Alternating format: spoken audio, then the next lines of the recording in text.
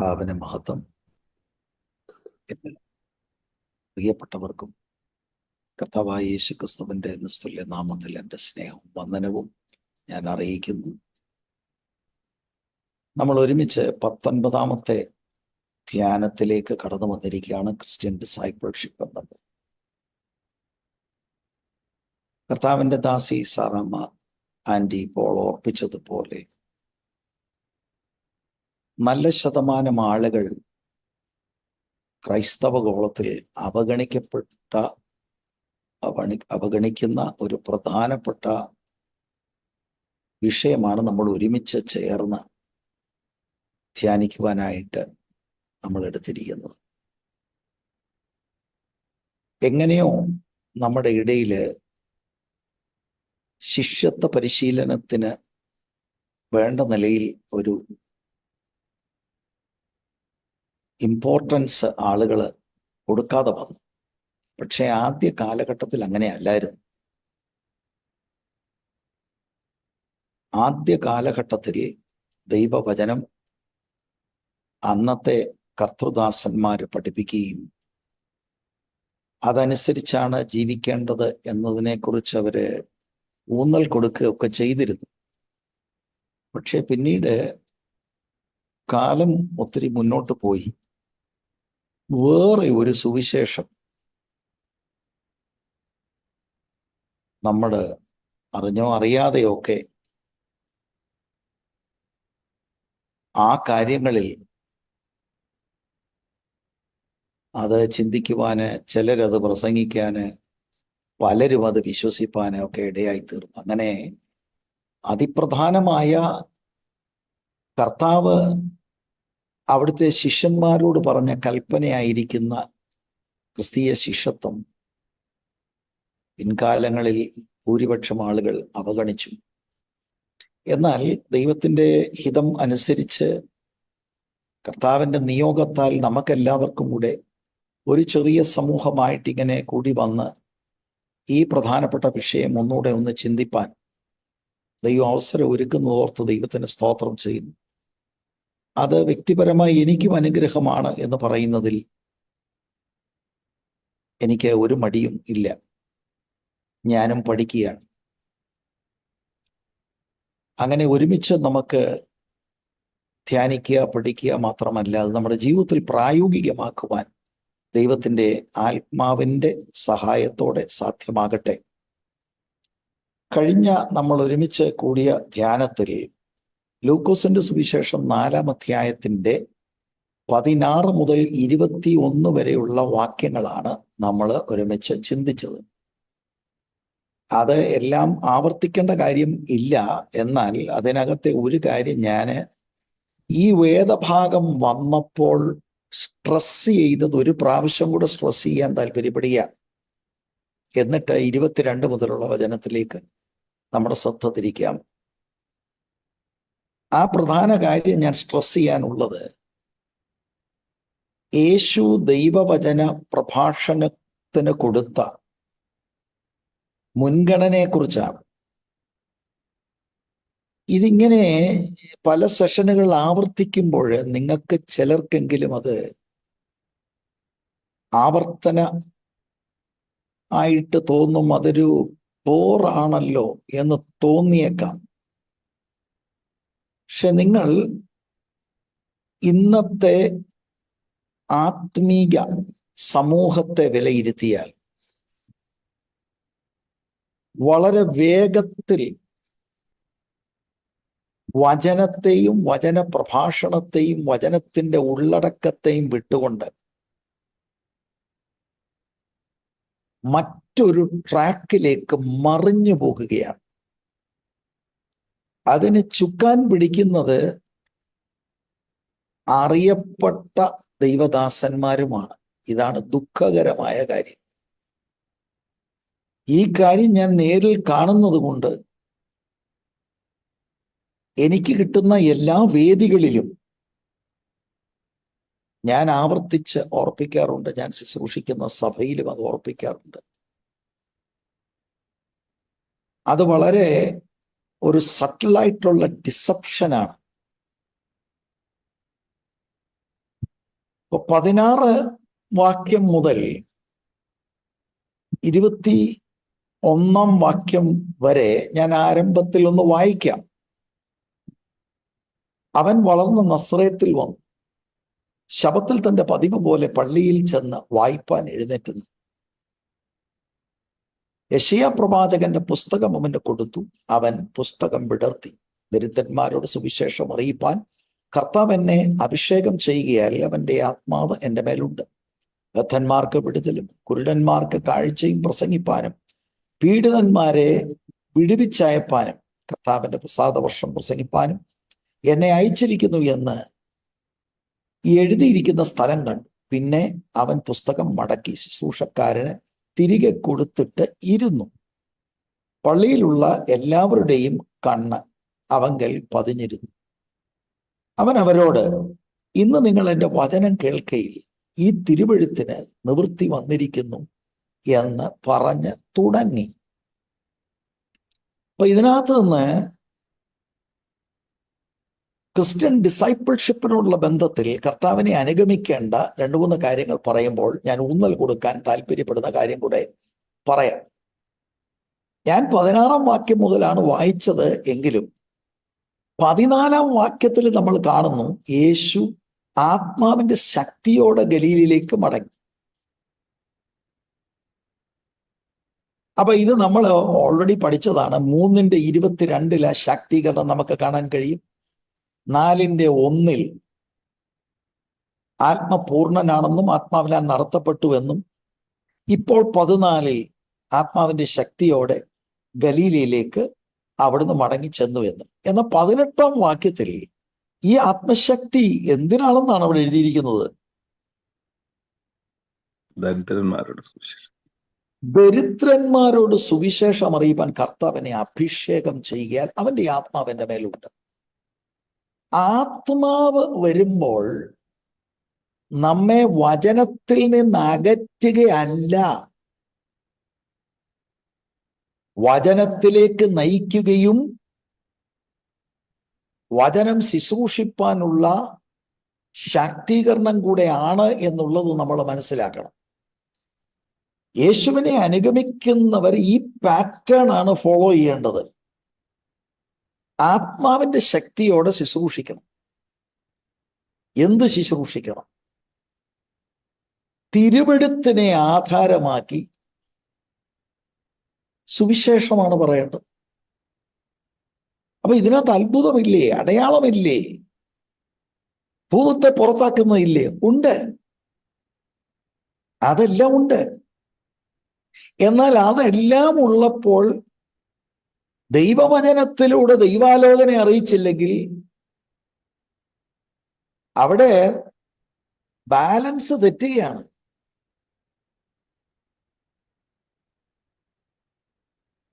ഇതാണ് നമ്മൾ മനസ്സിലാക്കേണ്ടത്.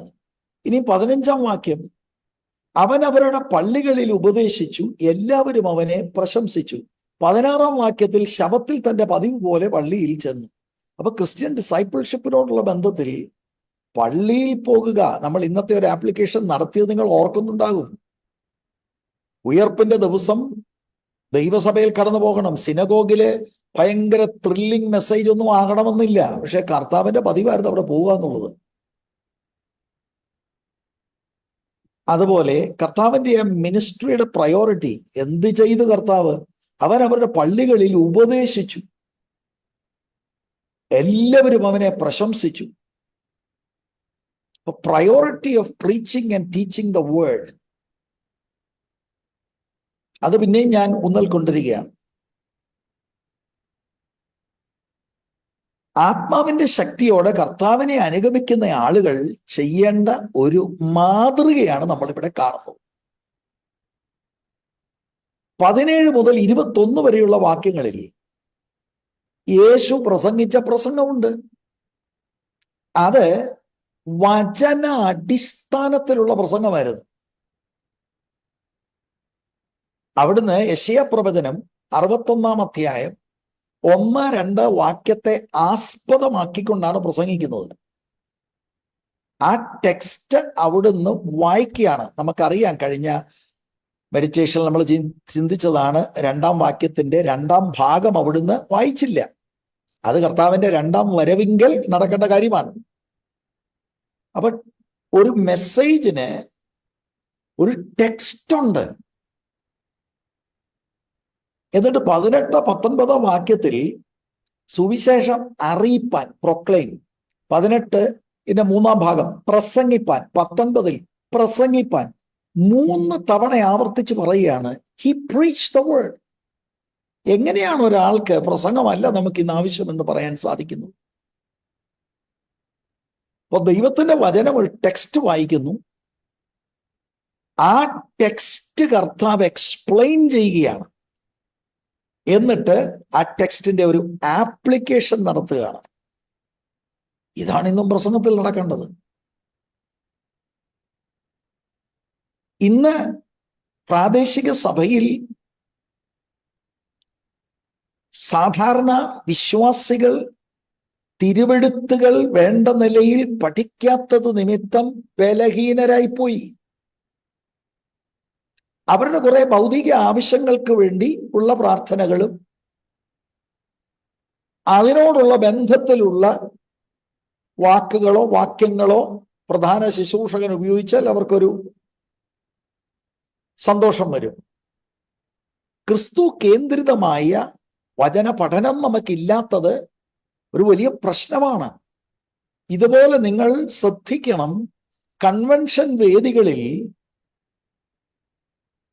നിർമ്മല സുവിശേഷം, ക്രിസ്തു കേന്ദ്രിതമായ സുവിശേഷവും വളരെ ചുരുക്കമിടങ്ങളിലേ ഉള്ളൂ. ഇത് ബൈബിള് വായിച്ച് അതിന്റെ എക്സ്പോസിഷൻ നടത്തിയാൽ എന്തോ മോശമാണെന്നുള്ള ഒരു ധാരണ പോലും ആയിപ്പോയി. അതിനകത്തല്ല കാര്യമെന്നാണ് പലരുടെയും ചിന്ത. ഇതൊക്കെ ഞാൻ വെറുതെ പറയുന്നതല്ല. പ്രധാന ആളുകൾ എന്ന് നമ്മൾ വിശേഷിപ്പിക്കുന്ന പലരുടെയും വായിൽ നിന്ന് വീഴുന്ന വാക്കുകളാണ്. അവർ ചിന്തിക്കുന്നത് പരിശുദ്ധാത്മാവ് നമ്മുടെ മേൽ വന്ന മറ്റെന്തൊക്കെയോ കാര്യങ്ങൾ. എന്ത് കാര്യം ആത്മാവിനാൽ നടക്കുന്നതും നമ്മൾ സ്വാഗതം ചെയ്യുന്നു, ആത്മാവിനാൽ ആയിരിക്കണം. പക്ഷെ അതിനൊന്നും ദൈവത്തിന്റെ വചനത്തെ റീപ്ലേസ് ചെയ്യാൻ കഴിയത്തില്ല. ഞാൻ ചോദിക്കട്ടെ, നസറേത്തിൽ വന്ന് നമുക്കറിയാം അവസാനം എന്താ ഉണ്ടായെന്ന്. ഈ വചനം പറഞ്ഞു, അതിനോട് ചേർന്ന് ചില കാര്യങ്ങൾ പറഞ്ഞപ്പോൾ അവർ റിജക്റ്റ് ചെയ്തു. അവരാവശ്യപ്പെടുന്നത് ഒരു അത്ഭുതമാണ്. അത് താഴോട്ട് വായിക്കുമ്പോൾ നമുക്ക് മനസ്സിലാക്കാൻ കഴിയും. കഫർനഹൂമിൽ ഞങ്ങൾ കേൾക്കുന്നു നീ വലിയ അത്ഭുതങ്ങളൊക്കെ ചെയ്തിട്ടുണ്ട്, ഇവരൊന്നും കാണിയില്ലേ? We will believe that you are the Messiah, and Jesus did not do. നമ്മൾ പലപ്പോഴും നസറേത്തുകാരുടെ പൊസിഷനിൽ വന്നു പോകുന്നത് പോലെയാണ് ചില അവസരങ്ങളിൽ തോന്നിപ്പോകാറുള്ളത്. 18-ാം വാക്യം 19-ാം വാക്യത്തിൽ കർത്താവ് യെശയ്യാ പ്രവചനത്തെ കൂട്ടിയതാണ്. നമ്മളത് ചിന്തിച്ചതാണ്. ദരിദ്രന്മാരോട്, ഇവിടെയെല്ലാം ആത്മീകമായിട്ടാണ് നമ്മളത് ചിന്തിക്കേണ്ടത്. മെറ്റഫോറിക്കൽ ലാംഗ്വേജാണ്, രൂപക ഭാഷാ ശൈലിയാണ്. അപ്പം അതിനോട് ചേർന്നൊരു കാര്യം പറയാം. താഴോട്ട് നമ്മൾ വായിക്കുമ്പോൾ ബദ്ധന്മാർക്ക് വിടുതൽ, ഒപ്രസ്ഡ് ആയിട്ടുള്ളവർക്ക് വിടുതൽ, കുരുട്ട് കണ്ണ് എന്നുള്ള കാര്യത്തിൽ ഇതൊക്കെ ഒരു അക്ഷരീകമായിട്ട് ചിന്തിച്ചാലോ, കർത്താവ് അങ്ങനെ കുരുട്ട് കണ്ണ് തുറന്നിട്ടുണ്ടല്ലോ. ബന്ധിക്കപ്പെട്ട ആളുകളെ കർത്താവ് വിടുവിച്ചിട്ടുണ്ടല്ലോ. എന്നാൽ ഇതിന്റെ പ്രൈമറി ആപ്ലിക്കേഷൻ ആ കോണ്ടെക്സ്റ്റിൽ നിന്നുകൊണ്ട് നമുക്ക് മനസ്സിലാക്കാൻ കഴിയുന്നത്, ഇവിടെ പറയുന്ന 4 കാര്യങ്ങൾ രൂപക ഭാഷയിലാണ്. പാപം നമ്മെ എല്ലാവരെയും ആത്മീകമായി ദരിദ്രരാക്കി. അവിടെ പറയുന്നത് ഭൗതിക ദാരിദ്ര്യമല്ല പ്രിയരെ. ബദ്ധന്മാർ, അതായത് പ്രിസണേഴ്സായി, തടവുകാർ, രൂപകമായ ഭാഷയാ. അവരെ മശിയ വിടുവിക്കും. അവിടെ വിടുതൽ എന്നുള്ള വാക്ക് ഞാൻ വ്യാഖ്യാനിച്ചിരുന്നു. അവരുടെ പാപങ്ങൾ ക്ഷമിക്കും. ഫൊർഗിവ്നെസ് എന്ന അർത്ഥമാണ് അവിടെ ഉള്ളത്. പാപമാണ് ആളുകളെ ബന്ധിച്ചത്. മനുഷ്യന്റെ അടിസ്ഥാനപരമായ പ്രശ്നത്തിന് പരിഹാരമാണ് മശിയ കൊണ്ടുവരുന്നത്. ഈ വാക്യങ്ങളാണ് കർത്താവ് അവിടെ വായിക്കുന്നത്. എന്നിട്ട് അതിൻ്റെ എക്സ്പോസിഷനാണ് കർത്താവ് അവിടെ കൊടുക്കുന്നത്. കുരുടന്മാർക്ക് കാഴ്ച. കർത്താവ് അക്ഷരീകമായ കുരുട്ടുകണ്ണ് തുറന്നിട്ടില്ലേ? ഉണ്ട്. എന്നാൽ അതിനേക്കാളും വലിയ പ്രശ്നമാണ് ആത്മീക കുരുട്. നിത്യനാശത്തിൽ ഒരുവനെ കൊണ്ടെത്തിക്കും. കുരുട്ടുകണ്ണുകളെ തുറക്കുക, കുരുടന്മാർക്ക് കാഴ്ച, പീഡിതന്മാരെ വിടുവിച്ചയപ്പാൻ. ഇത് യെശയ്യാപ്രവചനം 58 6 വാക്യത്തിന്റെ 2 ഭാഗമാണ്. അത് കർത്താവ് ഇൻസേർട്ട് ചെയ്യുകയാണ്. പാപമാണ് അതിൻ്റെ ഇരകളെ പീഡിപ്പിക്കുന്നത്. എന്നിട്ട് 19 വാക്യത്തിൽ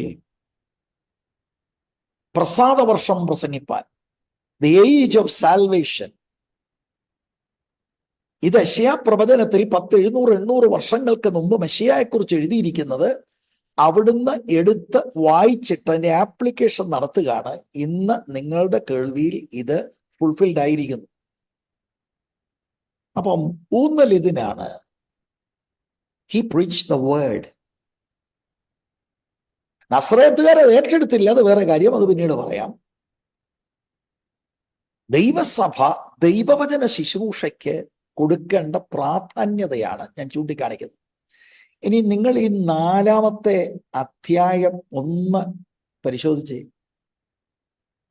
ഞാൻ നിങ്ങളോട് പറഞ്ഞു 4-ാം അധ്യായത്തിന്റെ 15-ാം വാക്യം, 17, 18, 19 വാക്യം, ഇവിടെ എല്ലാം പ്രസംഗത്തിന് പ്രാധാന്യത കൊടുത്തിരിക്കുന്നു. നിങ്ങൾ 42 മുതൽ 44 വരെ ഒന്ന് നോക്കി. ആ 4th ചാപ്റ്ററിൽ, നേരം വെളുത്തപ്പോൾ അവൻ പുറപ്പെട്ട് ഒരു നിർജ്ജന സ്ഥലത്തേക്ക് പോയി. പുരുഷാരം അവനെ തിരഞ്ഞ് അവന്റെ അരികത്ത് വന്ന് തങ്ങളെ വിട്ടു പോകാതിരിപ്പാൻ അവനെ തടുത്തു. അവൻ അവരോട്, ഞാൻ മറ്റുള്ള പട്ടണങ്ങളിലും ദൈവരാജ്യം സുവിശേഷിക്കേണ്ടതാകുന്നു, ഇതിനായിട്ടല്ലോ എന്നെ അയച്ചിരിക്കുന്നെന്ന് പറഞ്ഞു. അങ്ങനെ അവൻ ഗലീലയിലെ പള്ളികളിൽ പ്രസംഗിച്ചു പോകുന്നു. This was our Lord's practice during his public ministry. അപ്പൊ നമുക്കെന്താ ഇത് ബുദ്ധിമുട്ടെന്നാ? എനിക്ക് വലിയ കൺവെൻഷൻ, കോടിക്കണക്കിന് രൂപ ചെലവഴിച്ച കൺവെൻഷനിൽ എന്തായി പറയുന്നത്?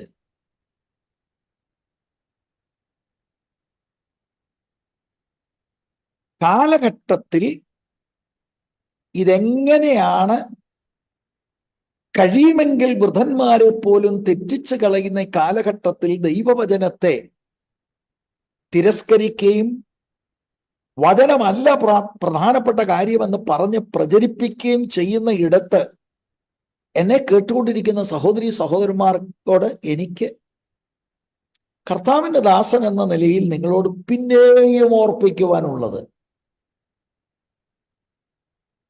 ഈ കുത്തൊഴുക്കിനകത്ത് നാം അകപ്പെട്ടു പോകരുത്.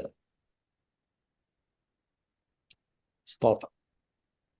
ഇവർക്ക് ഇഷ്ടപ്പെട്ടില്ല പറഞ്ഞത്, എന്നിട്ടും കർത്താവ് പ്രസംഗിക്കുന്നുണ്ട് താഴോട്ട് വരുമ്പോൾ. അല്ലാതെ ഇഷ്ടപ്പെടുന്ന കുറെ ഐറ്റംസ് അങ്ങോട്ട് തരികയല്ല.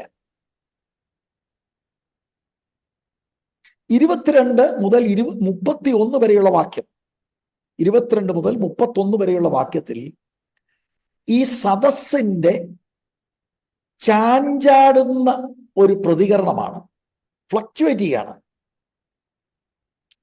വാസ്തവത്തിൽ ശ്രദ്ധിച്ചാൽ പരസ്പര വിരുദ്ധമായ പ്രതികരണങ്ങളാണ് നമുക്ക് കാണാൻ കഴിയുന്നത്. ആദ്യം ഒരു നമ്മൾ ചിലരെ കൂട്ടൊരു വലിയ ഉണർവും ഒരാവേശവും,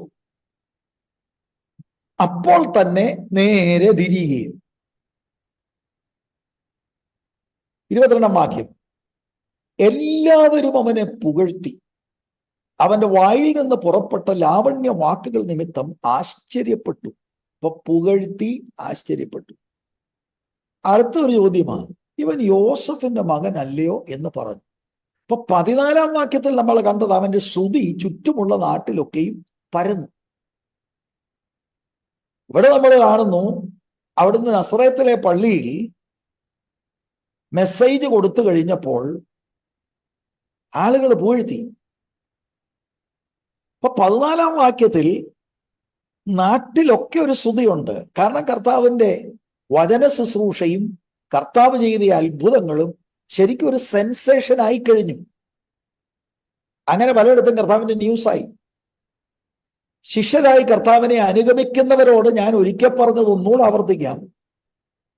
നമ്മൾ പ്രസംഗിക്കുകയും നമ്മുടെ ശുശ്രൂഷയിൽ ഒരു രോഗി സൗഖ്യമായാൽ നമ്മുടെ ശ്രുതി അല്ല നാടെങ്ങും പടരേണ്ടത്, നമ്മളെ അയച്ച കർത്താവിന്റെ ശ്രുതി തന്നെയാണ് പടരേണ്ടത്.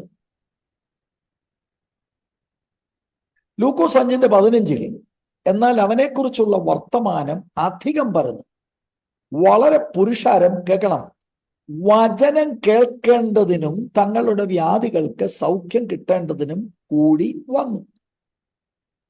7-ാം അധ്യായത്തിന്റെ 17-ാം വാക്യം തെക്ക് യഹൂദിയയിൽ ഉണ്ടായിരുന്ന അനുഭവം. അവനെക്കുറിച്ചുള്ള ഈ ശ്രുതി യഹൂദ്യയിൽ ഒക്കെയും ചുറ്റുമുള്ള നാടെങ്ങും പരന്നു. എന്നാൽ 15-ാം വാക്യത്തിൽ ഇത് തന്നെ, അവരുടെ പള്ളികളിൽ എല്ലാവരും അവനെ പ്രശംസിച്ചു. ഇപ്പൊ 22-ാം വാക്യത്തോടുള്ള ബന്ധത്തിലാണ് ഞാൻ ഇത്രയും വാക്യങ്ങൾ കൊണ്ടുവന്നത്. നസ്രയത്തിലും വന്ന് പ്രസംഗിച്ചപ്പോൾ അവർക്ക് ആദ്യം വളരെ സന്തോഷമായി തോന്നി. അവർ പുകഴ്ത്തിയെന്നും ആശ്ചര്യപ്പെട്ടുവെന്നും. അതാണ് അവരുടെ ആദ്യത്തെ പ്രതികരണം. ഏകദേശം 30ഓളം വർഷം അവരുടെ ഇടയിൽ പാർത്തു കർത്താവ്. ഇങ്ങനെ ദൈവവചനം പഠിപ്പിക്കാനോ പ്രസംഗിക്കാനോ ഒന്നും അവിടുന്ന് സമയം എടുത്തിട്ടില്ല. അപ്പൊ അവിടുന്ന് പ്രസംഗിച്ചു തുടങ്ങിയപ്പോൾ പുകഴ്ത്തി, ലാവണ്യ വാക്കുകൾ നിമിത്തം പുകഴ്ത്തി. അതെന്താണ്? പ്രസംഗ ശൈലി, ആ ഫ്ലോ ഇംപ്രസീവ് ആയിരുന്നു. അത് മാത്രമല്ല, നമ്മൾ ചിന്തിച്ചതാണ് 12-ാം വയസ്സിൽ അവിടുത്തെ വചനത്തോടുള്ള ബന്ധത്തിൽ അവിടുത്തെ അറിവും ജ്ഞാനവും. അപ്പൊ ദൈവവചന സത്യങ്ങളെ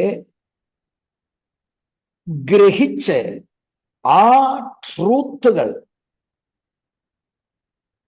അവിടുന്ന് പറയുകയാണ്. മാത്രമല്ല, അത് പറയുമ്പോൾ ഉറപ്പായും ആ സത്യത്തെ ആവേശത്തോടുകൂടി അവതരിപ്പിച്ചു എന്നുള്ളതിൽ സംശയമില്ല. വളരെ അക്യുറേറ്റ് ആയിട്ടുള്ള വ്യാഖ്യാനങ്ങൾ അവരിങ്ങനെ കേട്ടിട്ടില്ല. ഭാഷാ ശൈലിയോ ലാവണ്യ വാക്കുകൾ. They were really impressed. സ്തോത്രം. മത്തായി 7:28-29 വാക്യത്തിൽ ഗിരിപ്രഭാഷണത്തിന്റെ അവസാനത്തിൽ ഉപദേശത്തിൽ വിസ്മയിച്ചു എന്നും അധികാരമുള്ളവനായിട്ടത്രേ അവൻ അവരോട് ഉപദേശിച്ചത്. അവരുടെ റബിമാരൊക്കെ പല പണ്ഡിതന്മാരെയൊക്കെ കൂട്ടി, കർത്താവ് ഞാനോ നിങ്ങളോട് പറയുന്നു അധികാരത്തോടെ. അപ്പൊ ഈ അമേസ്ഡ് ആകുന്ന, ഈ പുകഴ്ത്തുന്ന അനുഭവങ്ങൾ കർത്താവിന് മറ്റ് ഉണ്ടായിട്ടുണ്ട്. അതുപോലെ നമുക്ക് അത്ഭുതകരമായിട്ട് തോന്നും, കർത്താവിനെ അറസ്റ്റ് ചെയ്യാനായിട്ട് ഒരിക്കല് അധികാരികൾ കുറെ ആളുകളെ അയച്ചു. യോഹന്നാന്റെ സുവിശേഷം 7-ാം അധ്യായത്തിന്റെ 46-ാം വാക്യം, ഈ മനുഷ്യൻ സംസാരിക്കുന്ന പോലെ ആരും ഒരു നാളും സംസാരിച്ചിട്ടില്ല എന്ന് സേവകർ ഉത്തരം പറഞ്ഞെന്ന്. കർത്താവിനെ പിടിക്കാൻ പോയതാ. They were captivated by his preaching. അപ്പൊ ഇത് തന്നെയാണ് നസ്രയത്തിൽ സംഭവിച്ചിരിക്കുന്നത്. ദൈവത്തിന്റെ വചനത്തെ അവർക്ക് വിഭജിച്ചു കൊടുക്കുമ്പോൾ അവർ ഇതുവരെ കേട്ടിട്ടില്ല ഇങ്ങനൊരു പ്രസംഗിയെ. ആ പ്രസംഗ ശൈലിയും ആ ലാവണ്യ വാക്കുകൾ, അവരെല്ലാവരും കർത്താവിനെ പുകഴ്ത്തി. പക്ഷേ ഈ പ്രാരംഭത്തിലെ ഈ അനുഭവം പെട്ടെന്ന് തിരിയുകയാണ്. അതിനോടുള്ള ബന്ധത്തിൽ നെഗറ്റീവായിട്ടാണ് ഇവൻ യോസെഫിന്റെ മകനല്ലയോ എന്ന് പറഞ്ഞു.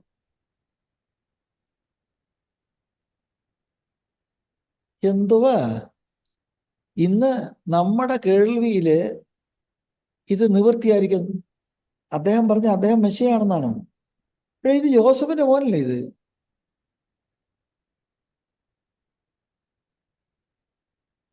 മാതൃസഭയിലോട്ട് ചെന്ന് നല്ലൊരു മെസ്സേജ് പറഞ്ഞു, മോനെ കൊള്ളാമല്ലോടാ, ഗുഡ്, നല്ലതായിരിക്കും. കട്ടിക്കങ്ങോട്ട് പറഞ്ഞാലോ?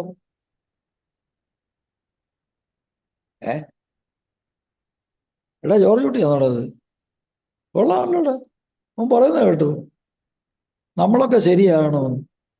ആഹാ. അപ്പൊ ഇവിടെ നിന്ന് ശിഷ്യന് മനസ്സിലാക്കേണ്ട ഒരു കാര്യമുണ്ട്. എപ്പോഴും പുകഴ്ചയും പുകഴ്ത്തലും ഒന്നും അല്ല. ക്രിസ്തുവിനെ അനുഗമിക്കുന്ന ശിഷ്യൻ എഴുതി വെച്ചോണം ഡയറിയിൽ, you will be rejected if you stand for the truth. അതാണ് നമ്മൾ ഇവിടെ കാണുന്നത്. പോസിറ്റീവായിട്ടാണ് തുടങ്ങുന്നത്, പക്ഷെ പെട്ടെന്ന് ഇത് തിരിയുകയാണ്. തിരിയുന്നതെന്ന് പറഞ്ഞാൽ അതിന്റെ എക്സ്ട്രീമാണ്. അവസാനം 29-30 വാക്യത്തിലേക്ക് പോകുമ്പോൾ കർത്താവിനെ കൊല്ലുവാനായിട്ട് അവർ തുടങ്ങുകയാണ്. ഒരു പ്രസംഗം ചെയ്യുന്നു. അതെ, ഇതാണ് കർത്താവിനെ അനുഗമിക്കുന്ന ശുശ്രൂഷകരെല്ലാം പ്രതീക്ഷിക്കേണ്ടത്.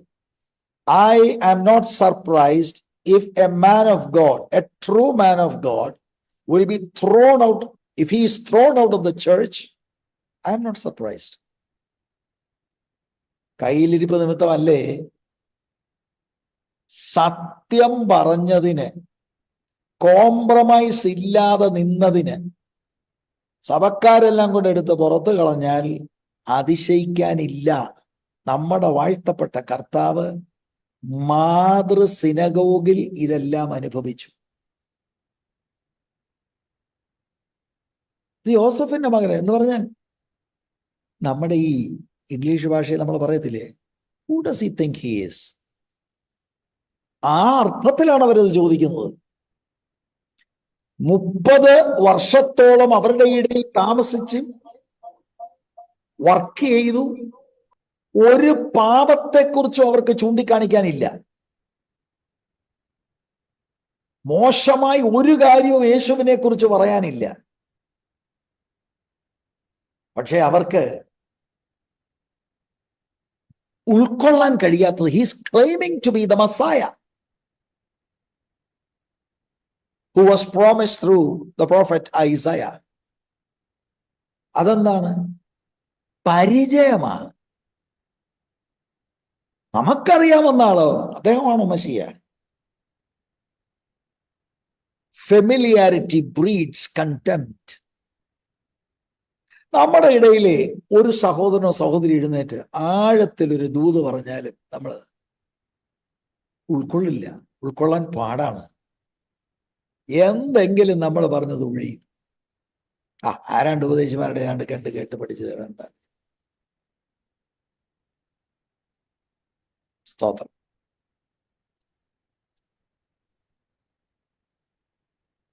ഇവൻ യോസഫിന്റെ മകൻ അല്ലയോ? അപ്പോൾ നസ്രത്തുകാർക്ക് പറ്റിയത് യേശുവിനോടുള്ള പരിചയ നിമിത്തം, 10-30 വർഷത്തെ പരിചയമാ. അത് നിമിത്തം അവർക്ക് അവിടുത്തെ പ്രഭാഷണത്തെ ഉൾക്കൊള്ളാൻ കഴിഞ്ഞില്ല. ആപ്ലിക്കേഷനിലാണ് പ്രശ്നം. ടെക്സ്റ്റ് വായിച്ചാൽ അവർക്ക് ഒരു പ്രശ്നവുമില്ല. യെശയ്യാപ്രവചനം 61-ാം അധ്യായം 1-2 വാക്യം വായിച്ചാൽ അവർക്ക് ഒരു പ്രശ്നമൊന്നും. അത് സാധാരണ ആളുകളെല്ലാം അവിടെ വ്യാഖ്യാനിക്കുന്നത് ഇതാ, അവരിത് ഇഷ്ടം പോലെ കേട്ടിട്ടുണ്ട്, നമ്മുടെ മശിയ വരുന്നു വരുന്നു വരുന്നു. പക്ഷെ ആപ്ലിക്കേഷൻ നടത്തിയപ്പോൾ ഇന്ന് നിവൃത്തിയായിരിക്കുന്നു എന്ന് പറഞ്ഞപ്പോൾ ദാറ്റ് വാസ് ടു മച്ച്. അതവർക്ക് ഉൾക്കൊള്ളാൻ അവർക്ക് കഴിയാതെ വരികയാണ്. യോഹന്നാന്റെ സുവിശേഷം 7-ാം അധ്യായത്തിന്റെ 27-ാം വാക്യം. എന്തുകൊണ്ടായിരിക്കും അവർ റിജക്റ്റ് ചെയ്തത്? അതിന്റെ ഓരോ കാര്യം ഞാൻ പറഞ്ഞു. ഫെമിലിയാരിറ്റിയാണ്, പരിചയം. മറ്റൊരു കാര്യം, എങ്കിലും ഇവൻ എവിടെ നിന്ന് എന്ന് നാം അറിയുന്നു. ക്രിസ്തു വരുമ്പോഴോ അവൻ എവിടെ നിന്നു എന്ന് ആരും അറിയുകയില്ല എന്ന് പറഞ്ഞു. അതാണ് അവരുടെ ഒരു പ്രശ്നം. അത് നമുക്കറിയാമല്ലോ. യോസഫിന്റെ മോനല്ലേ? അവര് പഠിച്ചു വെച്ചിരിക്കുന്ന മശിയ വെളിപ്പെടുമ്പോൾ he will come suddenly, we will not know from where he came. അപ്പൊ അത് അവർക്കൊരു തടസ്സമായി മാറി. പിന്നെങ്ങനെയാണ് how does he claim that he is the Messiah? ഇതെല്ലാമാണ് അവർക്ക് തടസ്സം. in accepting Jesus as their Messiah, they rejected him. മാത്രമല്ല അവര് നോക്കുമ്പോഴേ അവർക്കറിയാം ഇതാരാണെന്ന്. വളരെ സാധാരണയായ ഒരു ബാക്ക്ഗ്രൗണ്ട് ഉള്ളയാൾ. മാത്രമല്ല ഒരു ഫോർമൽ എഡ്യൂക്കേഷൻ വളരെ ലിമിറ്റഡ് ആയിട്ടേ ഉള്ളൂ, സാധാരണക്കാരൻ. അതുപോലെ മത നേതൃത്വം ഏതെങ്കിലും പ്രത്യേകമായ അംഗീകാരം കൊടുത്തതായിട്ട് പള്ളിക്കാർക്കറിയില്ല. പിന്നെന്തുവാണിത്? മശിയാണോ? നമ്മുടെ ഒരു ഭാഷ ഞാൻ ഉപയോഗിക്കാം. പ്രത്യേകിച്ച് വേർപെട്ട സമൂഹത്തില് അറിയപ്പെട്ട ഡിനോമിനേഷനിലൊക്കെ അവർ പറയും, ക്രിഡൻഷ്യൽ കാർഡ് ഉണ്ടോ ബ്രദറെ?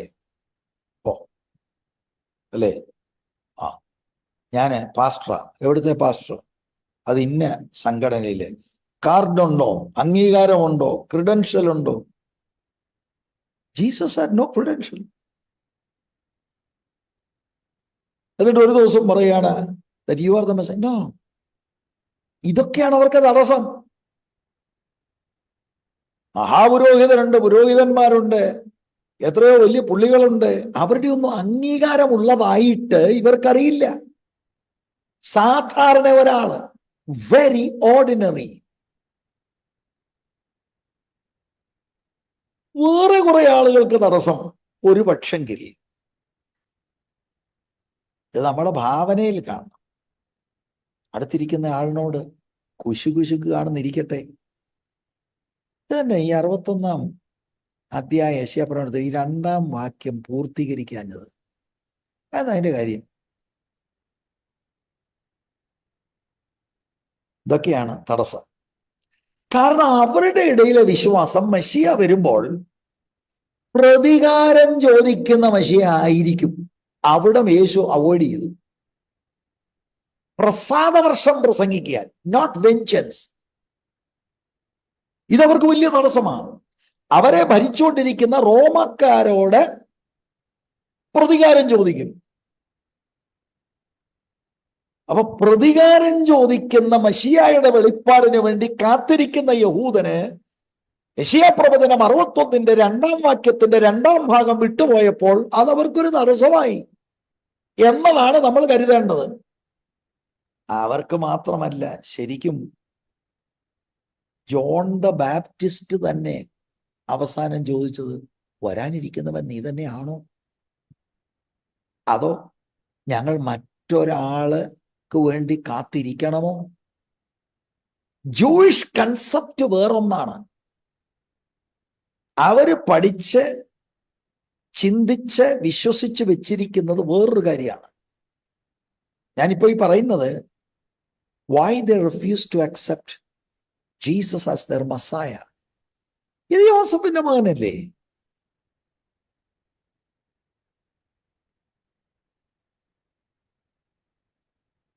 പ്രധാനപ്പെട്ട ഒരു കാര്യം, കർത്താവ് ഇവിടെ യെശയ്യാപ്രവചനത്തിലെ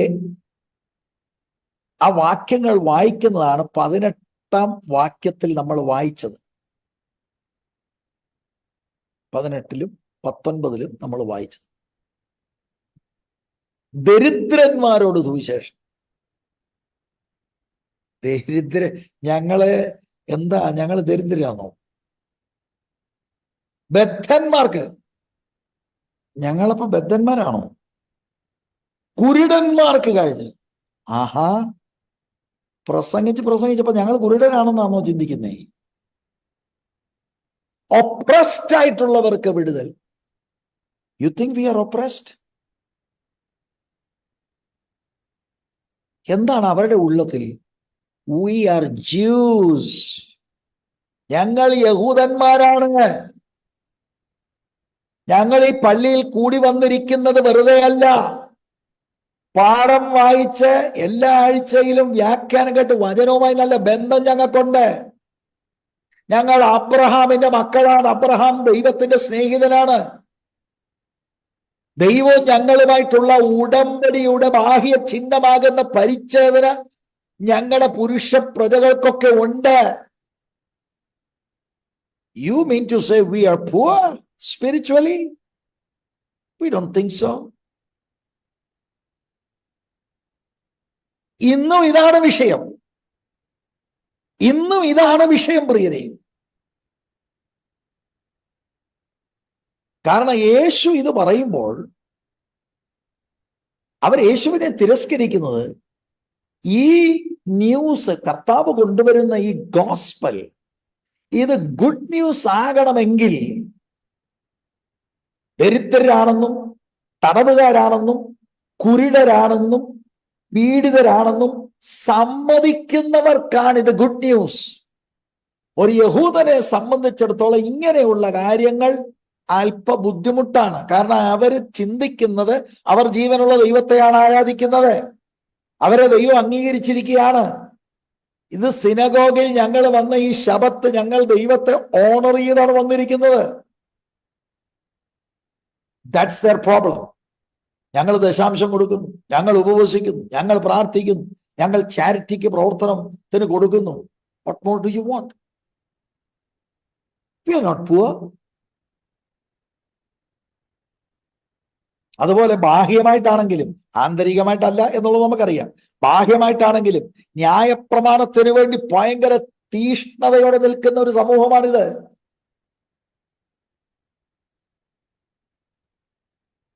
സ്തോത്രം. ഞാന് സൂചിപ്പിച്ചില്ലെന്ന് വേണ്ട, ഇന്നത്തെ വേർപെട്ട സമൂഹത്തിന് പറ്റുന്നത് ഇത് തന്നെയാണ്. വേർപെട്ട സമൂഹത്തിൽ മൂന്നാം തലമുറ, നാലാം തലമുറയൊക്കെ വരുമ്പോൾ, അല്ലെ അഞ്ചാം തലമുറയൊക്കെ വരുമ്പോൾ രക്ഷിക്കപ്പെടാൻ ആള് ചുരുക്കമാണ്. കല്യാണം ആലോചിച്ച് പോകുമ്പോൾ ചെറുക്കനോട് പെണ്ണിനോട് ചോദിക്കണം, രക്ഷിക്കപ്പെട്ടു? ഞാൻ ചോദിച്ചിട്ടുണ്ട്.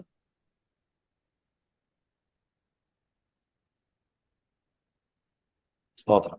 എന്നോട് ഒന്നിലധികം ആളുകൾ പിള്ളേർ ചോദിച്ചത് എന്ന് പറഞ്ഞാൽ പാസ്റ്റർ ഉദ്ദേശിച്ചത് എന്തുവാ? അങ്ങനെ ഉണ്ട്. ഞാൻ പിന്നെ അവർക്ക് മനസ്സിലാകുന്ന ഒരു ഭാഷയിലൊക്കെ ഞാൻ പറഞ്ഞു. ലളിതമായിട്ട് സ്വർഗത്തിൽ പോകുമെന്നോ കർത്താവിന്റെ വരവെങ്കിൽ എടുക്കപ്പെടുമെന്നോ ഇങ്ങനെയൊക്കെ ഒന്ന് എക്സ്പ്ലെയിൻ ചെയ്ത് പറഞ്ഞു. ഏതായാലും ഒരു പയ്യൻ എന്നോട് പറഞ്ഞത് രസകരമായൊരു മറുപടിയാണ്. പാസ്റ്ററെ, ചിലപ്പോ തോന്നും എടുക്കപ്പെടുമെന്ന്, ചിലപ്പോ തോന്നും എടുക്കപ്പെടത്തില്ലെന്ന്. അങ്ങനുണ്ട്. വക്രനല്ല, ആള് ശുദ്ധഗതിക്കാരനാണെന്ന് എനിക്ക് ബോധ്യമായി. ഇത് വേർപെട്ട സമൂഹത്തിലെ വലിയ, ഞാനിത് വിറ്റ്നസ് ചെയ്തുകൊണ്ടിരിക്കുകയാണ്. വൈ? ഇവിടെ നമ്മൾ കൊച്ചിലെ തൊട്ട് പ്രൈമറി തൊട്ടങ്ങ് സീനിയർ വരെ സൺഡേ സ്കൂളെല്ലാം പഠിച്ചു. അത് കഴിഞ്ഞ് യൂത്ത് മീറ്റിങ്ങിലുള്ള ട്രോഫി എല്ലാം കൂടെ കിട്ടി വീട്ടിൽ കൊണ്ട് നിറച്ചു. എന്താ? പാട്ടിനും ഫസ്റ്റ്, പ്രസംഗത്തിനും ഫസ്റ്റ്, മനപ്പാടമാണെ പണ്ട് 119 സങ്കീർത്തനം, ഇപ്പൊ 150 സങ്കീർത്തനവും കാണാതെ വേണേ പറയാം. What more do you want? എന്നിട്ട് നമ്മൾ പറയാ good news is for the poor in spirit. You think we are poor? ഞങ്ങളെന്ന് ആത്മീയ ദാരിദ്ര്യമുള്ളവരാണ്, ഞങ്ങളെന്ന് ബന്ധിക്കപ്പെട്ടിരിക്കുകയാണ്. What is wrong with you? ഇത് കാണാൻ ദൈവം നമുക്ക് കൃപ തരട്ടെ. ഇതാർക്കാ പറ്റുന്നതെന്നറിയാമോ? കൊടിയ പാപികൾക്കല്ല, അവർക്കറിയാം ഒരു പാപിയാണെന്ന്. തകർക്കപ്പെട്ട പാപിക്ക് he has no hope. He has nothing in his hand to offer. വ്യഭിചാര കുറ്റത്തിൽ പിടിക്കപ്പെട്ട ആ സ്ത്രീ, she has nothing to say. ശമരിയക്കാരത്തെ സ്ത്രീക്ക് she has nothing to say. ആർക്കാ പറയാനുള്ളത്?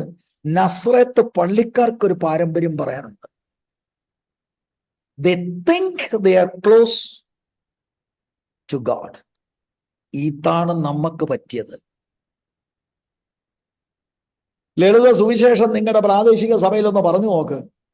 ആളുകളിലേക്ക് ഇവിടെ ഇത് വല്ല പാരസ്യത്തിന് വല്ലതും പോയി പറ, ഇവിടാണ് ഇത് പറയുന്നത്. I'll tell you something. കാഹളം ധ്വനിക്കുമ്പോൾ then it will be too late.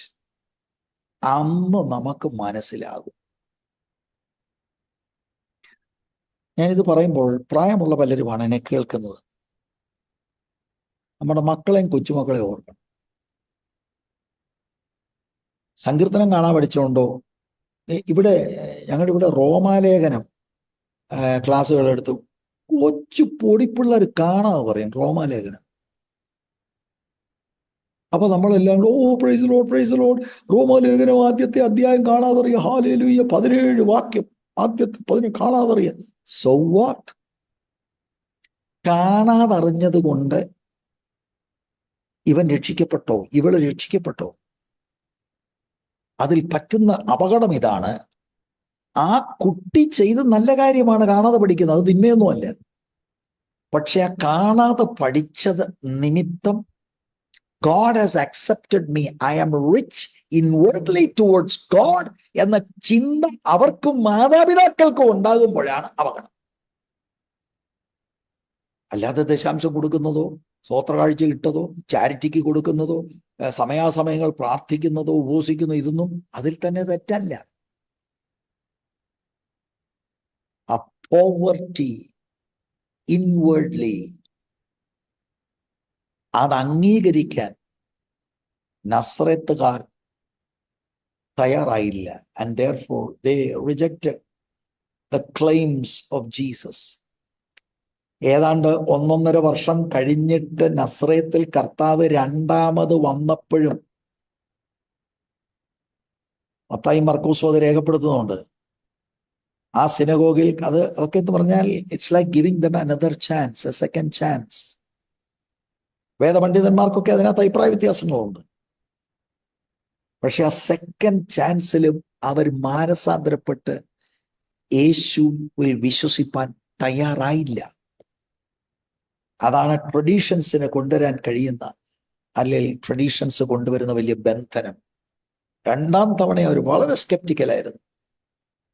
In fact അവരുടെ അവിശ്വാസത്തിൽ കർത്താവ് അന്തം വിട്ടുപോയി.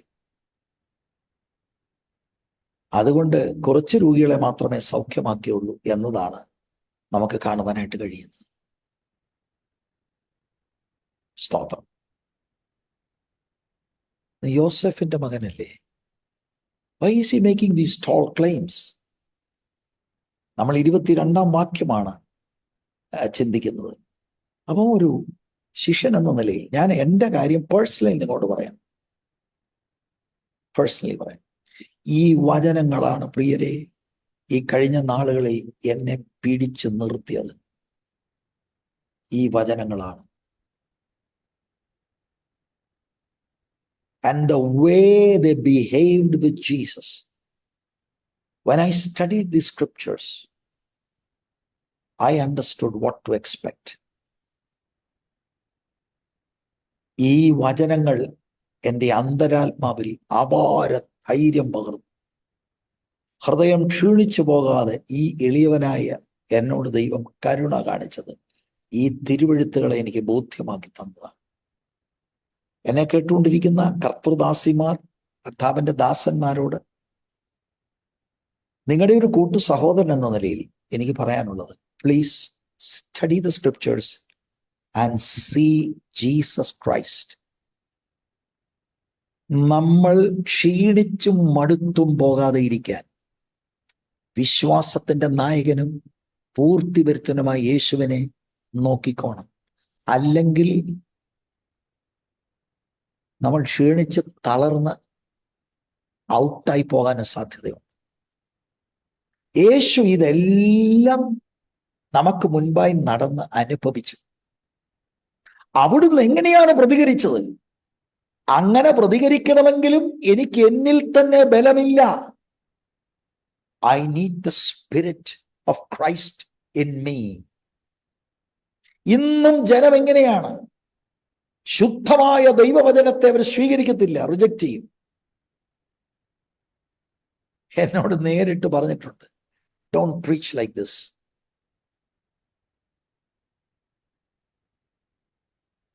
വേറൊരു ഇതാണ്, ഇങ്ങനെ ആപ്ലിക്കേഷൻ കൊണ്ടുവരരുത്. ഇത് തോന്നലല്ല ഞാൻ പറയുന്നത്, നേരിട്ട് എന്നോട് പലര് പറഞ്ഞിട്ടുണ്ട്, നിങ്ങൾ കുത്തിയാണ് പ്രസംഗിക്കുന്നത്. They want a message that will entertain them. ഇപ്പോഴും പോരാടിക്കൊണ്ടിരിക്കുകയാണ്. എന്നെക്കുറിച്ചുള്ള ആക്ഷേപങ്ങൾ പലത് ആക്ഷേപിക്കുക, സോഷ്യൽ മീഡിയകൾ പടർത്തുക, ഇതെല്ലാം ചെയ്യുന്നുണ്ട്. എനിക്ക് ഊർജം ലഭിച്ചത്, when I look at my master, when I look at my Lord Jesus Christ. Following Christ is not easy. കൃത്യം പ്രസംഗം. നസ്രത്തുകാരെ അങ്ങോട്ട് ചെന്നേ, എന്തിനാ ഇതൊക്കെ പറഞ്ഞത്? ഒരാളുടെ പേരെല്ലാവരുടെയും അറിയാം, അവരുടെ മക്കളുടെ ആരുടെയും പേരൊന്ന് വിളിച്ച് ഒരാൾക്കൊരു ഹീലിംഗ് കൊടുത്ത് എന്തെങ്കിലും അവര് എക്സൈറ്റഡ് ആയി. He was actually telling them that they need deliverance. അതല്ലേ ദൈവസ്നേഹം? അതല്ലേ വാസ്തവത്തിൽ ദൈവസ്നേഹം? മറഞ്ഞിരിക്കുന്ന, ആന്തരികമായി പറ്റിയിരിക്കുന്ന പാപത്തിന്റെ മേൽ വിരൽ ചൂണ്ടിയ പ്രസംഗമല്ലേ ശരിക്കും ദൈവത്തിന്റെ സ്നേഹം? But we are so carnal, we cannot accept it. Who is he to preach that way? Who does he think we are? Brother, we are Abraham's children. ഇന്നത്തെ ഭാഷയാകട്ടോ.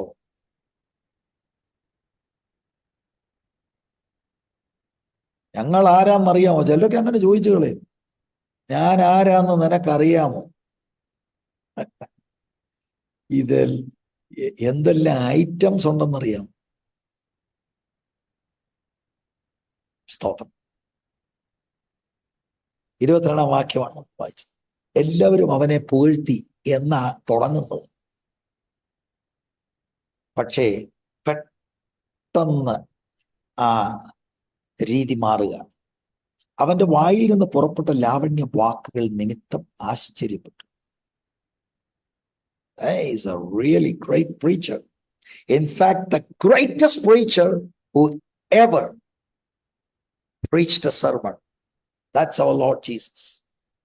ഇവൻ യോസഫിന്റെ മകൻ അല്ലയോ എന്ന് പറഞ്ഞു. അത് നെഗറ്റീവാണെന്ന് എനിക്ക് എങ്ങനെ അറിയാം?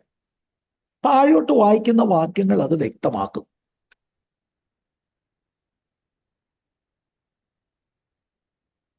ഇരുപത്തിമൂന്നാം വാക്യത്തിൽ നോക്കുക, കർത്താവ് അവൻ അവരോട്, വൈദ്യ, നിന്നെ തന്നെ സൗഖ്യമാക്കുക എന്നുള്ള പഴഞ്ചൊല്ലും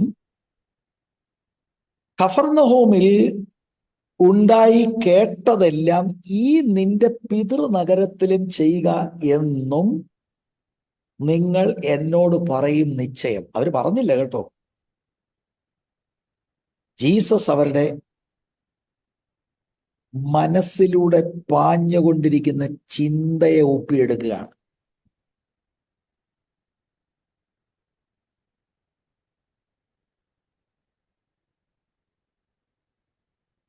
അവർക്ക് കർത്താവ് ഓഫർ ചെയ്യുന്ന രക്ഷ അവർ റിജക്റ്റ് ചെയ്യാണ്. അതിന്റെ കാരണം ഇതാണ്, അവർ ദരിദ്രരാണെന്നും പീഡിതരാണെന്നും ബന്ധികളാണെന്നും ഒന്നും കുരുടരാണെന്നും അവർക്ക് സമ്മതിക്കാൻ സാധ്യമല്ല.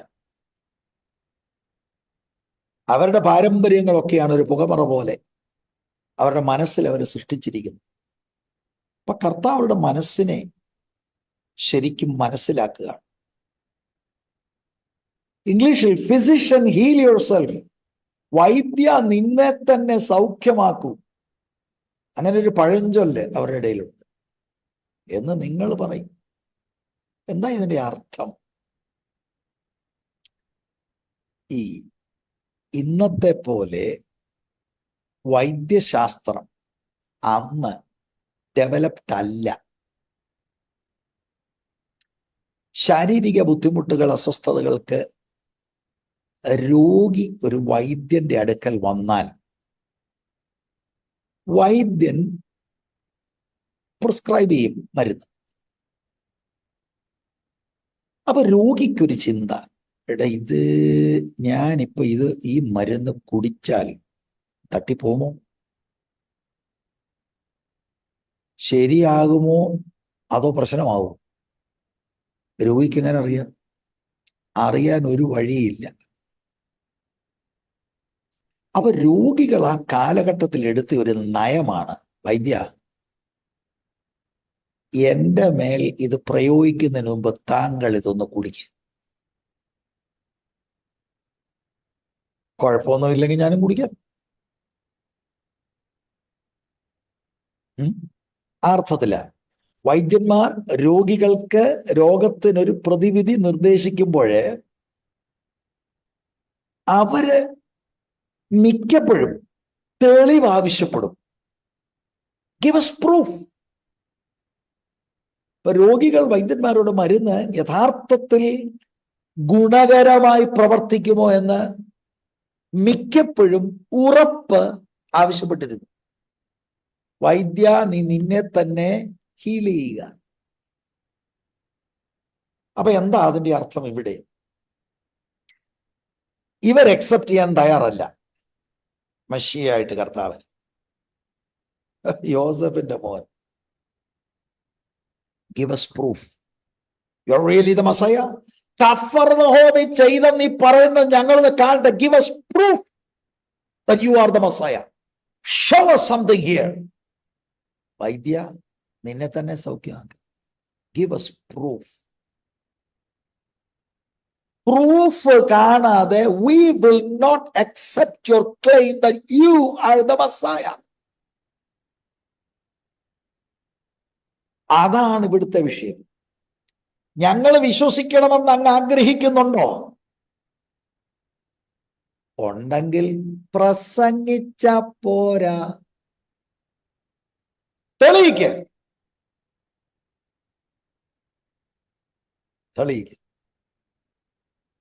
Preaching not enough. Come on, perform. Prove your claim. ഇത് മനസ്സിൽ ചിന്തിക്കുക. പിന്നെ ശിഷ്യന്മാരെ, കർത്താവിനെ അനുഗമിക്കാൻ പോകുന്നവരെ, ഞാനൊരു കാര്യം പറയാം. ഇന്നത്തെ മിക്ക സോ കോൾഡ് ശിഷ്യന്മാരും ഈ സ്ട്രെസ്സിനകത്ത് വീഴും. എടാ, എന്നാ എന്തെങ്കിലും അങ്ങ് ചെയ്യാം. നടുവേദനയുള്ള 7 പേരുണ്ട്. 14 പേരെ എഴുന്നേറ്റ് നിന്നത്. എന്ത് ചെയ്യും? അതെന്താ? തെളിയിക്കുക. യേശു അന്നേരം സ്ട്രെസ്സിലായില്ല.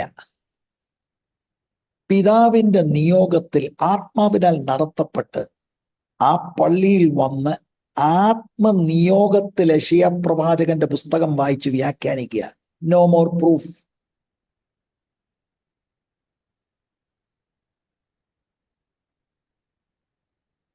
രോഗം സൗഖ്യമാകുമെന്ന് ഞാൻ വിശ്വസിക്കുന്നയാളാണ്. അങ്ങനെ ചിലരുടെ രോഗങ്ങൾ സൗഖ്യമാകുന്നുണ്ട്. ഗുഡ്. പക്ഷേ തെളിയിക്കാൻ വേണ്ടി ഒരു പൊടി വിദ്യ അതിന് കാണിക്കേണ്ട ആവശ്യം ഇല്ല. അതെന്താ? ദൈവത്താൽ ഞാൻ അയക്കപ്പെട്ടവനാണെന്നൊന്ന് തെളിയിക്കണം. അത് മാത്രമല്ല അമേരിക്ക വരുമ്പോ ഡോളറും വേണം.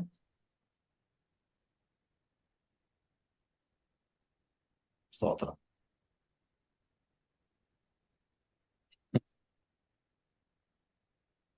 പണ്ട് ഞാനൊരിക്കലും അവിടെ വന്നപ്പോഴേ ഒരാൾ എന്നോട് ചോദിച്ചതാ, ഏതൊക്കെ കൃപയാ ഉള്ളേ? കാരണം അതനുസരിച്ച് വേണം പുള്ളിക്ക് എന്നെ എന്റർടൈൻ ചെയ്യാൻ. ദൈവം തന്ന കൃപയ്ക്കനുസരിച്ച് അദ്ദേഹത്തോട് ഞാനത് പറഞ്ഞു. Praise the Lord. കർത്താവിനെ അനുഗമിക്കുന്ന ശിഷ്യന്മാർ ഇത് മനസ്സിലാക്കണം. We will not always be accepted. They are asking for proof. ഇന്നും സദസ്സിലുള്ളവർ, എന്നെ കേട്ടുകൊണ്ടിരിക്കുന്ന പലർക്കും ഇത് കണ്ടേക്കാം. എന്ന് പ്രസംഗിച്ചു, കർത്താവ് നമ്മുടെ സഭയോട് പറയുന്നെന്ന് പറഞ്ഞു. സഹോദര, ഞാൻ കടഭാരത്തില, എന്റെ കടം മാറ്റിത്താ, ഞാൻ വിശ്വസിക്കാം.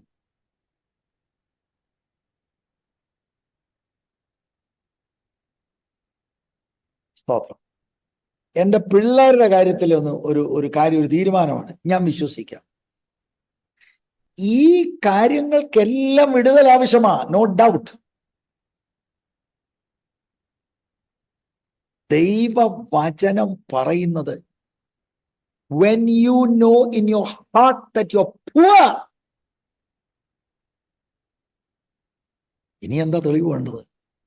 പൂവർ ആയിട്ടുള്ളവർ accept the good news. മറ്റേതെല്ലാം നമുക്ക് വിടുതൽ ആവശ്യമാണ്. ദൈവം വിടുതലുകൾ തരട്ടെ. ഏറ്റവും വലിയ വിടുതൽ വേണ്ട മേഖലയാണിത്. Don't you know that you are a captive to sin? That you are oppressed by sin? That you are poor in spirit? പാപത്തിന് വിടുതലുണ്ട്, വിടുതലുണ്ട്. ആ സൊല്യൂഷന് വേണ്ടിയാണ് കർത്താവായ യേശുക്രിസ്തു അയക്കപ്പെട്ടത്. പിതാവാം ദൈവം കർത്താവിനെ അയച്ചത്, അവിടുന്ന് വന്നത്. നമ്മുടെ പ്രധാന വിഷയം അതാണ്. നസറേത്തുകാരുടെ കൂട്ട് ഇന്നും ഒരുപാട് they want some kind of proof. Preaching പോരാ, സുവിശേഷം കേട്ടാവുന്ന ഒന്നും പോരാ, give us proof.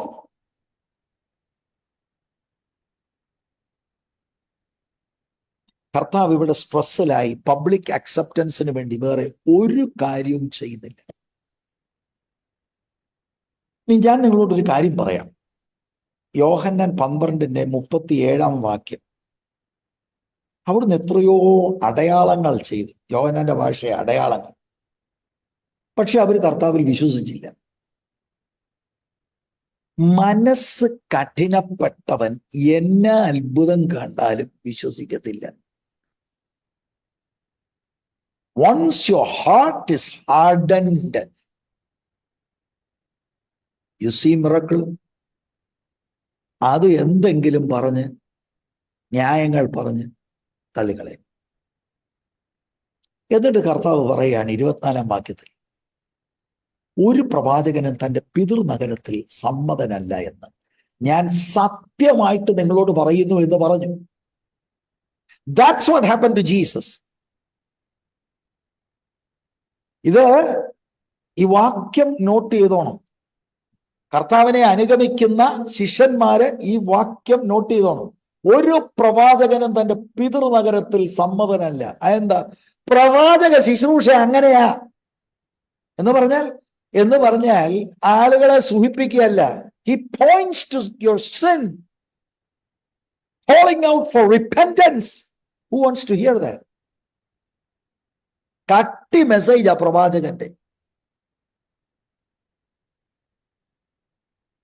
അതാണ് വിഷയം. നിങ്ങൾ ഇത് അനുഭവിച്ചിട്ടുണ്ടോ? എപ്പോഴാണ് അനുഭവിച്ചതെന്ന് പറയാം. സ്വന്തം ഭർത്താവിനോട് ഒരു ദിവസം പറഞ്ഞ, അച്ഛാ പാവങ്ങളൊക്കെ ഏറ്റുപറഞ്ഞ് ദൈവമക്കളായി നമുക്ക് തീരണം, നമ്മുടെ പാരമ്പര്യം. ഇത് പറഞ്ഞോണ്ട് ഇനി ഇങ്ങോട്ട് വന്നേക്കല്ല്. പറഞ്ഞിട്ടുണ്ടോ? സ്വന്തം പ്രവാചകന് നോ ഓണർ.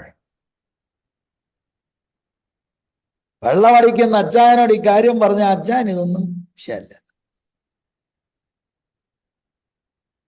അച്ചായൻ എന്തോ പറയും, മര്യാദയ്ക്ക് ഇവിടെ താമസിച്ചോണം,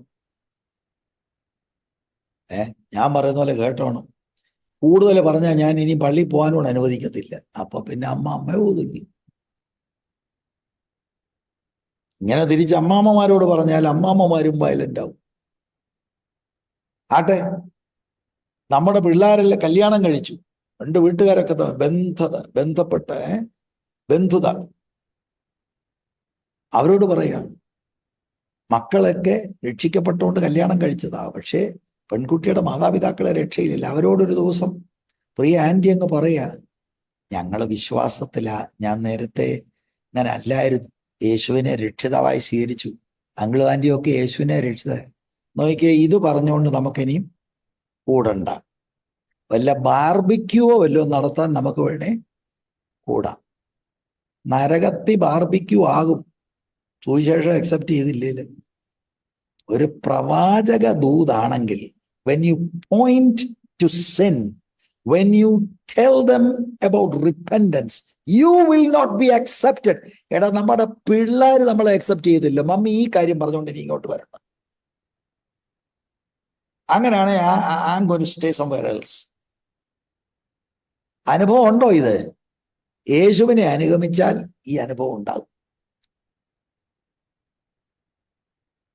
ഒരു പ്രവാചകനും തന്റെ പിതൃനഗരത്തിൽ സമ്മതനല്ല എന്ന് ഞാൻ സത്യമായിട്ട് നിങ്ങളോട് പറയുന്നു എന്ന് പറഞ്ഞ് അട്ടിവരയിട്ട് പറയുന്നു. യേശുവിന് ഇതാണ് പറ്റിയത്.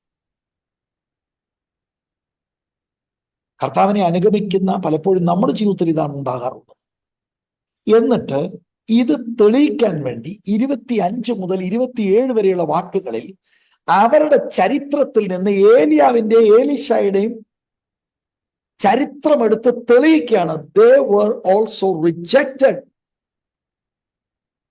നിഷേധിക്കാൻ കഴിയത്തില്ല അവർക്ക്.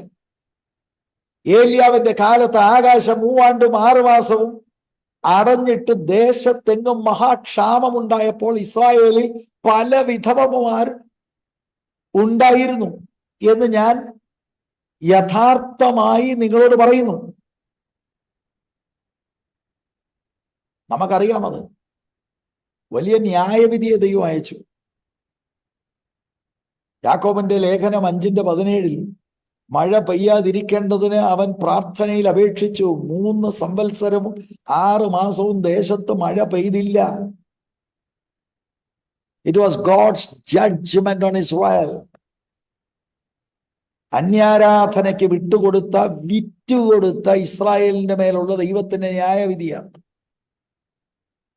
അവ മഴയില്ലാതിരിക്കുന്നവരുടെ ദേശത്തെല്ലാം ക്ഷാമമായി. ഇസ്രായേലിൽ പല വിധവമാർ ഉണ്ടായിരുന്നു എന്ന് ഞാൻ യഥാർത്ഥമായി നിങ്ങളോട് പറയുന്നു. പക്ഷെ ഈ വിധവമാരുടെ അടുക്കലേക്ക് പ്രവാചകനെ വിടാതെ, എന്നാൽ സീദോനിലെ സെരപ്തയിൽ ഒരു വിധവയുടെ അടുക്കലേക്കല്ലാതെ അവരിൽ ആരുടെയും അടുക്കലേക്ക് ഏലിയാവിനെ അയച്ചില്ല. ഇത് കേട്ടാൽ അവരെ ഇളകും. അവർക്കിഷ്ടമില്ലത് കേൾക്കാൻ ആ ദൂത്.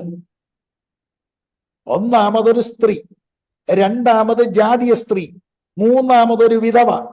എടാ, ഇസ്രായേലിൽ ഇത്രയും വിധവമാരുണ്ടായിട്ട് God sent his prophet to a Gentile woman, a widow. ഞങ്ങളെ തഴഞ്ഞേച്ച് അങ്ങോട്ട്. don't like that. കർത്താവ് ചരിത്രത്തിൽ നിന്ന് അതെടുക്കുക. ഞാൻ നിങ്ങളോട് ചോദിക്കട്ടെ, ആദ്യം തന്നെ യോസഫിന്റെ മകനാണെന്ന് പറഞ്ഞ് കർത്താവിന് മനസ്സിലായി. കർത്താവ് പറഞ്ഞു, ഒരു പ്രവാചകൻ തൻ്റെ സ്വന്തം ഭവനത്തില് അംഗീകാരമില്ല. ഓക്കെ സൗരങ്ങളെ, ഞാൻ എൻ്റെ വാക്കുകൾ ഇവിടെ നിർത്തുന്നു എന്ന് പറഞ്ഞും കർത്താവിന് ഒഴിയായിരുന്നു, വിട്ടില്ല. He's hitting the point. He's proving his point. നമ്മുടെ ആളുകൾ പറയും, കുത്തിയല്ലയോ പ്രസംഗിച്ചേ.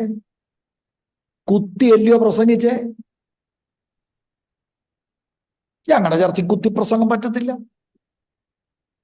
സന്തോഷിപ്പിക്കുന്ന മെസ്സേജ്. യേശുവിനെ അനുഗമിക്കുന്ന ദൈവവൈതൽ ഇത് കണ്ട് മനസ്സിലായിക്കോണം. He was led to talk about Elijah and Elisha. എന്താ ഇവിടുത്തെ കാര്യം? ഞാനത് പെട്ടെന്നിട്ട് വാക്കിൽ പറയാം. ഒത്തിരി വിധവമാര് ഇസ്രായേലിലുണ്ടായിരുന്നു. ജാതിക സരത്വത്തിലെ ഈ വിധവയ്ക്ക് അവൾ ബ്രോക്കണാണ്. She needs help. ഒരട ഉണ്ടാക്കി ഞാൻ തീരാൻ പോകുക. I am poor. എനിക്ക് ദൈവത്തിന്റെ സഹായം ആവശ്യമാണ്. ദൈവത്തിന് മാത്രമേ എന്നെ സഹായിക്കാൻ കഴിയൂ. പ്രവാചകൻ പറഞ്ഞു, എനിക്കാദ്യം അട ഉണ്ടാക്കിത്ത. I am willing. ഇസ്രായേലിലെ ആളുകൾ ഒങ്ങച്ചം പറഞ്ഞിരുന്നു. ആ ജാതിക സ്ത്രീ കരം നീട്ടി. And God's help went there. Extended ആയിട്ട് പറയാം, ഇസ്രായേൽ തഴഞ്ഞാൽ ജാതികളിലേക്ക് ദൈവം തിരിയും. ഇത് തന്നെയാണ് അടുത്ത് നമ്മൾ കാണാൻ കഴിയുന്നത് 27-ാം വാക്യത്തിൽ. അവണ്ണം എലീശ പ്രവാചകന്റെ കാലത്ത് ഇസ്രായേലിൽ പല കുഷ്ഠരോഗികൾ ഉണ്ടായിരുന്നു. സിറിയക്കാരനായ നയമാൻ അല്ലാതെ അവരാരും ശുദ്ധമായി ഇല്ല എന്ന് അവൻ പറഞ്ഞു. ഇത് തന്നെയാണ്. എന്താ ഇവിടുത്തെ കുഷ്ഠരോഗികൾക്ക് സൗഖ്യമില്ലാത്തത്? അതിനാ നാമാന് കിട്ടിയത്. നാമാനെ പിടിച്ചോണ്ട് പോയ കൂട്ടത്തില് അവരക്രമിച്ച ഒരു സ്ലേവ് ഗേളിനെ പിടിച്ചുകൊണ്ട് അവള് ആന്റിയോട് പറഞ്ഞു, ആന്റി, അങ്കിളിന് സൗഖ്യമാവും, ഞങ്ങളവിടെ ഒരു പ്രവാചകനുണ്ട്. നാമാനാട് ആദ്യം പറഞ്ഞപ്പോ പുള്ളിക്ക് അതൊന്നും ഇഷ്ടപ്പെട്ടൊന്നുമില്ല. പക്ഷെ ആരാണ്ട് ഒരുത്തം പറഞ്ഞ ഇവരെല്ലാം കൂടെ പോയി പ്രവാചകന്റെ അടുത്ത്. പ്രവാചകൻ വന്ന് കയ്യൊക്കെ കാണിക്കുമെന്നൊക്കെയാ പുള്ളി പ്രതീക്ഷിച്ചത്. പ്രവാചകൻ പറഞ്ഞു, go and dip yourself 7 times in the water.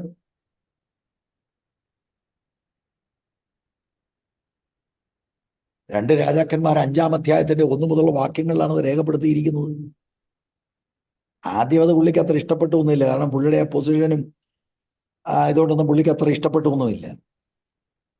ആരാണ്ടൊരുത്തും പറഞ്ഞു, അച്ഛാ അത്രയും അല്ലയോ പറഞ്ഞു, അത്രയും വേറെ ഒന്നും പറഞ്ഞില്ലല്ലോ, നമുക്കങ്ങ് പോയി മുങ്ങാച്ച, 7 തവണയല്ല ഉള്ളൂ. He realized his poverty, his dependence on God. തകർന്നിരിക്കുന്ന മനുഷ്യൻ, അവന്റെ കുഷ്ഠം സൗഖ്യമായി. അരാമ്യ രാജാവിന്റെ സേനാപതിയായി നയമാൻ മുഖാന്തരം യഹോവ അരാമിന് ജയം നൽകിയത് കൊണ്ട് അവന്റെ യജമാനൻ അവനെ മഹാനും മാന്യനുമായി എണ്ണി. അവൻ പരാക്രമശാലി എങ്കിലും കുഷ്ഠരോഗിയായിരുന്നു. ഈ മനുഷ്യനാണ് സൗഖ്യം ഉണ്ടായത്. സ്തോത്രം.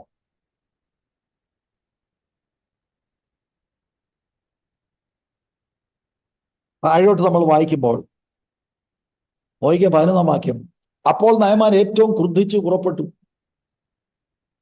അവൻ തന്നെ പുറത്തു വന്ന് അടുത്ത് നിന്ന് തന്റെ ദൈവമായ യഹോവയുടെ നാമത്തെ വിളിച്ച് പ്രാർത്ഥിച്ച് തന്റെ കൈ ആ സ്ഥലത്തിൻ മീതെ ആട്ടി, ഇങ്ങനെ കുഷ്ഠരോഗിയെ സൗഖ്യമാക്കും എന്ന് ഞാൻ വിചാരിച്ചു. എന്നിട്ട് അദ്ദേഹം കുറെ ന്യായങ്ങൾ 12-ാം വാക്യത്തിൽ പറയുകയാണ്. 13-ാം വാക്യത്തിൽ, എന്നാൽ അവന്റെ ദൂതന്മാർ അടുത്തു വന്ന് അവനോട്, പിതാവേ, പ്രവാചകൻ വലിയൊരു കാര്യം നിന്നോട് കൽപ്പിച്ചിരുന്നുവെങ്കിൽ നീ ചെയ്യാതെ ഇരിക്കുമോ? പിന്നെ അവൻ കുളിച്ച് ശുദ്ധനാക എന്ന് നിന്നോട് കൽപ്പിച്ചാൽ എത്രയധികം എന്ന് പറഞ്ഞു. അപ്പോൾ അവൻ ചെന്ന് ദൈവപുരുഷന്റെ വചനപ്രകാരം യോർദാനിൽ 7 പ്രാവശ്യം മുങ്ങി. അവന്റെ ദേഹം ചെറിയ ബാലന്റെ ദേഹം പോലെ ആയി. അവൻ ശുദ്ധനായി തീർന്നു. പക്ഷെ നസ്രേത്തുകാരനോ, അതെന്താണ്? I don't feel that I am poor. ഞാൻ ഫുള്ളാണ്, ഫിൽഡാണ്. ഇതാണ് പ്രശ്നം. ഇത് പറഞ്ഞപ്പോൾ സഹിക്കാൻ കഴിയാതെയായി.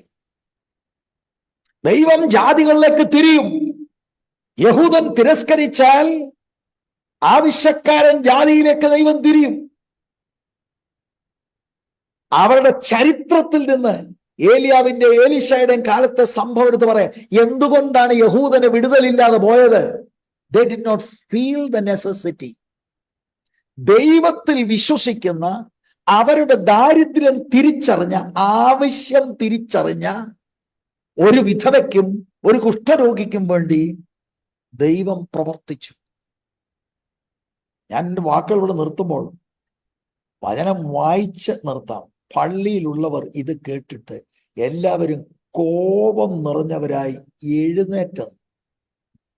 നമ്മൾ ഓർത്ത് ദൈവവചനം പറയുമ്പോൾ ആത്മാവിൽ നിറയുമെന്ന്. ദൂത് ശരിക്കും പറഞ്ഞാൽ ഇത് കണ്ടോ, മാതൃസഭയെ ആദ്യം അങ്ങനെ തുടങ്ങി അവർ പുകഴ്ത്തി, അല്ലേ? ഓർക്കുന്നുണ്ടല്ലോ, അവർ പുകഴ്ത്തി 22-ാം വാക്യത്തിൽ. ഇപ്പൊ എന്തായി? കോപത്താൽ നിറഞ്ഞ് എഴുന്നേറ്റു അവനെ പട്ടണത്തിന് പുറത്താക്കി. അപ്പൊ സിനഗോഗിന് പുറത്താക്കിയോ? പട്ടണത്തിന് പുറത്താക്കി. അവരുടെ പട്ടണം പണിതിരുന്ന മലയുടെ വക്കോളം കൊണ്ടുപോയി തല കീഴായി തള്ളിയിടുവാൻ ഭാവിച്ചു. അവനോ അവരുടെ നടുവിൽ കൂടി കടന്നുപോയി. അതെന്താണ്?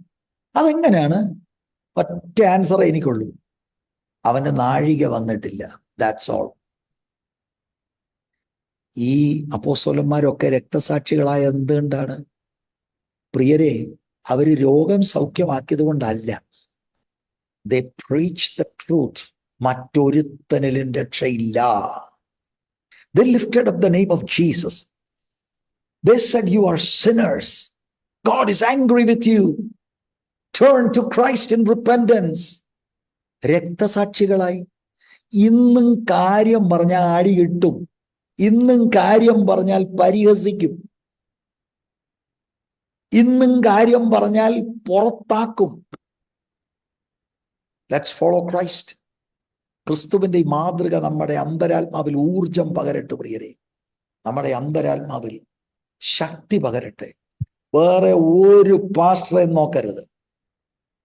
വേറെ ആരും. വൻപന്മാര് മൂക്കുകുത്തി താഴെ വീണുകൊണ്ടിരിക്കുന്ന കാലഘട്ടമാണ്. വമ്പന്മാര്.